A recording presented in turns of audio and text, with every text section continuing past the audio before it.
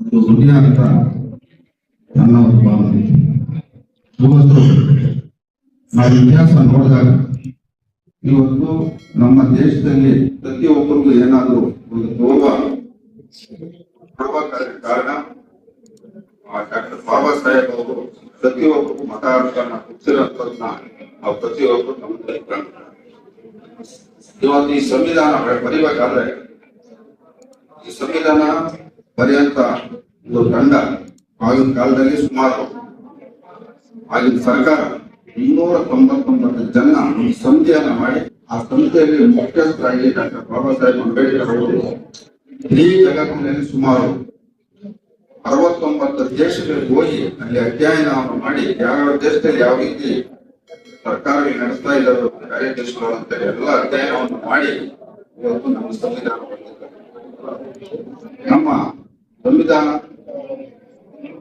ಆದ್ಮೇಲೆ ಇಲ್ಲಿ ಸಮಯ ಸುಮಾರು 2 ವರ್ಷ 11 ತಿಂಗಳು ಸಮಯ 1949 ನವೆಂಬರ್ 26ನೇ ತಾರೀಕು ಸಂವಿಧಾನವನ್ನ 284 ಜನ ಪಾರ್ಲಿಮೆಂಟ್ ಸದಸ್ಯರು ಅಧಿಕಾರವನ್ನ ಮಾಡಿದ್ರು. ಅದಾದ್ಮೇಲೆ 1950 ಜನವರಿ 26ರಂದು ಇದು ಒಂದು ಕಾರ್ಯಕ್ರಮ ಆದಂತ ಸಂವಿಧಾನ.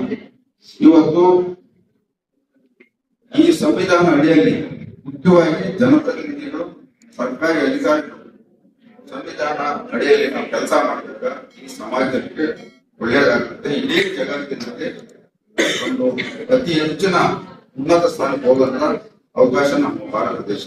ಈ ನಮ್ಮ ಭಾರತ ದೇಶ ಇವತ್ತು ಎಲ್ಲಾ ರೀತಿಯಲ್ಲಿ ಇವತ್ತು ಆರ್ಥಿಕವಾಗಿರ್ಬೋದು, ಶೈಕ್ಷಣಿಕವಾಗಿರ್ಬೋದು, ವಿಜ್ಞಾನ ಇರ್ಬೋದು, ತಂತ್ರಜ್ಞಾನ ಇರ್ಬೋದು, ಇಡೀ ಜಗತ್ತಿನಲ್ಲೇ ಉನ್ನತ ಸ್ಥಾನದಲ್ಲಿರ್ತಕ್ಕಂಥ ಭಾರತ ದೇಶ.